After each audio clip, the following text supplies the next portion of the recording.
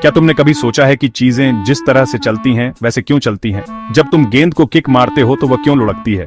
जब तुम ठोकर खाते हो तो क्यों गिर जाते हो?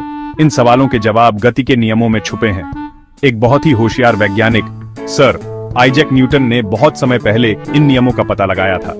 ये नियम हमें यह समझने में मदद करते हैं कि ब्रह्मांड में वस्तुएं कैसे गति करती हैं। सबसे छोटे परमाणु से लेकर सबसे बड़े ग्रह तक ये नियम हमेशा काम करते रहते हैं।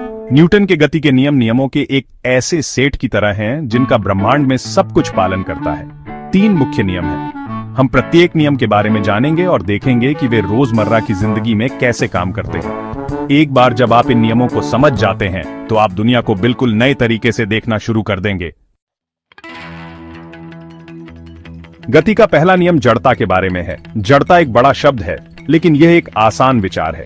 इसका मतलब है कि चीजें वही करती रहना पसंद करती हैं जो वे पहले से कर रही हैं। अगर कोई चीज स्थिर है तो वह स्थिर रहना चाहती है, और अगर कोई चीज गतिमान है तो वह उसी गति और उसी दिशा में गतिमान रहना चाहती है। घास पर रखी फुटबॉल के बारे में सोचो। जब तक कोई उसे किक नहीं मारता वह हिलती नहीं है। यही जड़ता है। गेंद स्थिर रहना चाहती है। अब कल्पना करो कि तुम साइकिल चला रहे हो और अचानक पैडल चलाना बंद कर देते हो। क्या तुम तुरंत रुक जाते हो? नहीं, तुम थोड़ी देर आगे बढ़ते रहते हो। यह भी जड़ता है। तुम्हारा शरीर उसी गति से चलते रहना चाहता है। गति का दूसरा नियम हमें बताता है कि बल और गति कैसे संबंधित हैं। बल बस एक धक्का या खिंचाव है।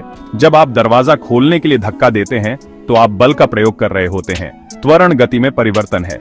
यह तेज होना, धीमा होना या दिशा बदलना हो सकता है। न्यूटन का दूसरा नियम कहता है कि बल जितना बड़ा होगा त्वरण उतना ही बड़ा होगा। यह भी कहता है कि भारी वस्तुओं को हल्की वस्तुओं के समान गति करने के लिए अधिक बल की आवश्यकता होती है। एक शॉपिंग कार्ट को धक्का देने की कल्पना करो। अगर यह खाली है तो इसे धक्का देना और इसे तेजी से चलाना आसान है, लेकिन अगर यह किराने के सामान से भरा है तो आपको इसे उतनी ही मात्रा में ले जाने के लिए बहुत ज्यादा जोर लगाना होगा। ऐसा इसलिए है क्योंकि भरी हुई शॉपिंग कार्ट में ज्यादा द्रव्यमान होता है। ये गति में परिवर्तन का खाली कार्ट से ज्यादा विरोध करती है। यही कारण है कि एक छोटा सा धक्का फुटबॉल को दूर तक ले जाएगा, लेकिन कार को हिलाने के लिए आपको एक बड़े धक्के की जरूरत होती है। गति का तीसरा नियम क्रिया और प्रतिक्रिया के बारे में है। इसमें कहा गया है कि प्रत्येक क्रिया के लिए एक समान और विपरीत प्रतिक्रिया होती है। इसका मतलब है कि जब भी आप किसी चीज को धक्का देते हैं या खींचते हैं तो वह आप पर उतनी ही मात्रा में बल से वापस धक्का देती है या खींचती है। सोचो कि क्या होता है जब आप ट्रैम्पोलिन पर कूदते हैं। आप अपने पैरों से ट्रैम्पोलिन पर नीचे की ओर धक्का देते हैं, क्रिया, और ट्रैम्पोलिन समान बल से आप पर ऊपर की ओर धक्का देता है, प्रतिक्रिया। यही आपको वापस हवा में उछालता है। रॉकेट भी इसी तरह काम करते हैं। रॉकेट गर्म गैस पर नीचे की ओर धक्का देता है, क्रिया, और गैस रॉकेट पर ऊपर की ओर धक्का देती है, प्रतिक्रिया, जिससे वह अंतरिक्ष में चला जाता है। ये 3 नियम आपस में जुड़े हुए हैं और बताते हैं कि वस्तुएं कैसे गति करती हैं और एक दूसरे के साथ कैसे संपर्क करती हैं। कार कैसे चलती है से लेकर ग्रह सूर्य की परिक्रमा कैसे करते हैं, ये सब समझने के लिए ये आवश्यक है।